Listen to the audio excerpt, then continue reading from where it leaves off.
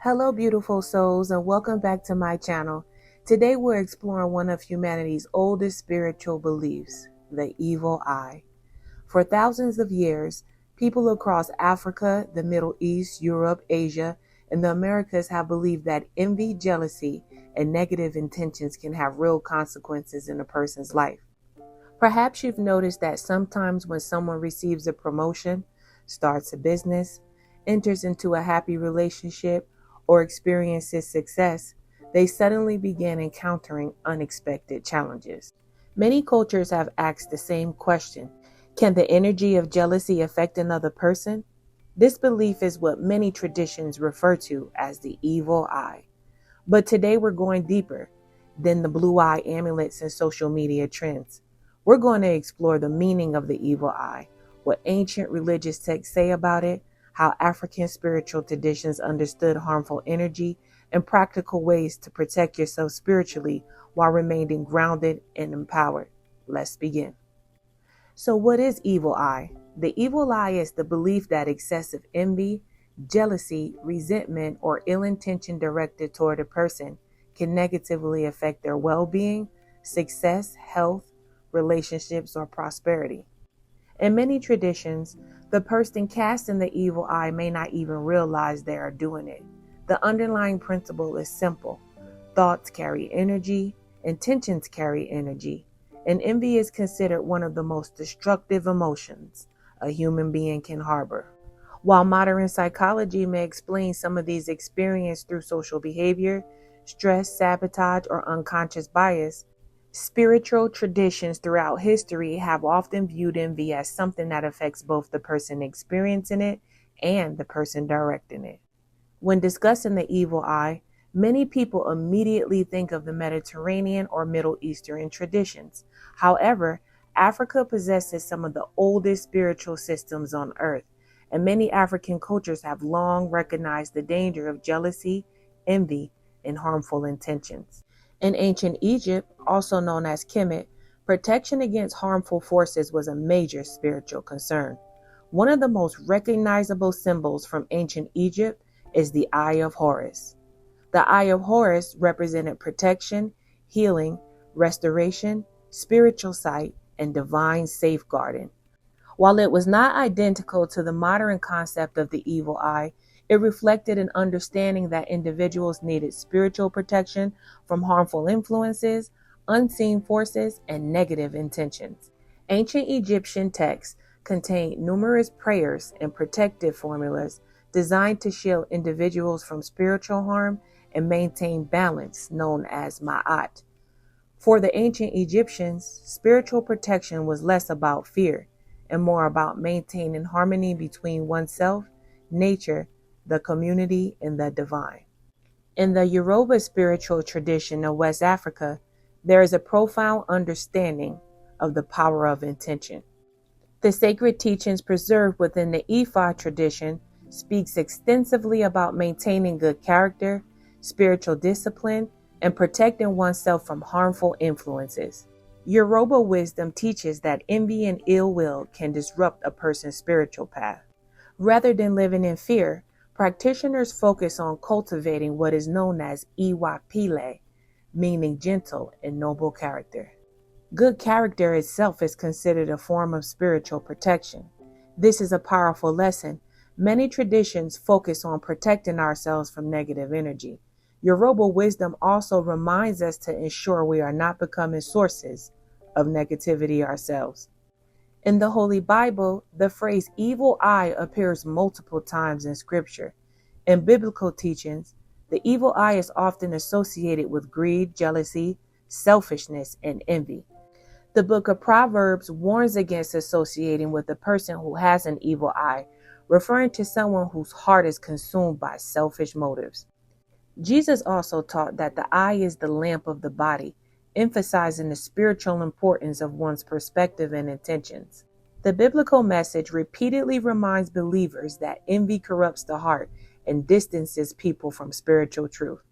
The evil eye in Islam contains some of the most direct references to the evil eye. Many Muslims believe the evil eye is a genuine phenomenon. The Prophet Muhammad, may peace be upon him, is reported to have acknowledged the reality of the evil eye and encouraged believers to seek protection through prayer, remembrance of God, and recitation of specific verses from the Quran. Islamic teachings also encourage people to express blessings when admiring another person's success rather than responding with envy. This serves as both a spiritual safeguard and a reminder to cultivate gratitude. So, how do you protect yourself spiritually from the evil eye?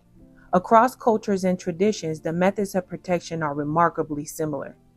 Number one, strengthen your connection to the divine, whether through prayer, meditation, scripture, contemplation, or worship. A strong spiritual foundation is considered the best protection. Practice gratitude. Gratitude shifts attention away from scarcity to abundance. Envy struggles to survive in a grateful heart. Now, this is a big one. Be selective about what you share. In today's society, we have social media, right? Everyone is sharing their blessings, but nobody is showing the hard work that goes on behind the scenes. Nobody is showing the late nights you stay up, the overtime you're putting in on multiple jobs to get that project done, the late hours you're staying up to finish your degree while raising multiple children. The less glamorous side of your blessings are never posted, but that only opens up the door for evil eye. So some would agree that every aspect of your life doesn't need to be put on display and requires some level of discretion. I'll briefly share my own personal experience about being selective about what you share. There was a time in my life when I wasn't as spiritually strong and I didn't have a deep understanding of evil eye and how it worked. But sometimes life experience is the best teacher, right? When I first started my holistic wellness and beauty brand, my intentions was for it to never go this far. I had a good job in corporate America and felt extremely blessed, but something deep down made me feel like I wasn't living up to my fullest potential and I wasn't fully passionate about what I was doing. I also knew that there would be a ceiling for me on my 9-to-5 job, so I decided to pick up a side gig, but I promised myself that it would be something that I was extremely passionate about to make it worth my while.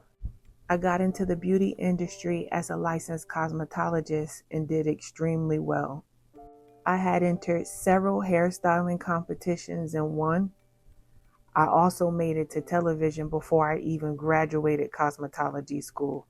I got accepted into a top salon and still continued to work my regular 9-to-5 job, which made me very well off financially. Long story short, I expanded my interest in beauty to holistic wellness, furthered my education, and I was afforded the opportunity to start a brand and open up a business, Holistic Wellness and Beauty. My brand is still in the developmental stages, but if I can go back and change one thing, it would be the way that I documented every single detail online about my journey to success instead of being more discreet in presenting the final destination. I was so happy about my success that I thought that by sharing, people would celebrate with me and be proud of me, but instead it actually invoked the opposite response, mainly from family members. Collaborations were disguised attempts to infiltrate what I had going on by stealing potential clients behind my back, withholding information, withholding support, slander, lies and rumors, stealing ideas, copying, even down to logos and branding colors. Now, there's nothing wrong with being inspired. We're all inspired. There's nothing new under the sun. I'm not the first to start a holistic wellness and beauty brand or the last. But when people close to you play in your face and pretend as if you're ignorant and you don't know what's going on with the gaslighting, that's an entirely different story. I knew I was in big trouble when people that I was once close to me stopped speaking to me for no reasons, would suddenly pick arguments and fights, and it even escalated sometimes to verbal abuse and threats of physical harm. The sad part about it is these are people that I once helped, people that I helped earn a living so that they could put food on the table for their children. I was the biggest cheerleader on the sideline, always wanting to see them win because that's just who I am. But when it was my turn in their eyes, I was undeserving of happiness and success. This resulted in a lot of isolation and feeling lonely, but how I dealt with it was to number one, increase my awareness and education about this behavior. It made me grow spiritually, and I even sought out professional counseling to get me through it. But the main thing is that I had to learn how to take personal responsibility for the part that I played in this. I learned a valuable lesson, and that is to be very selective about what details I decide to share about my personal life.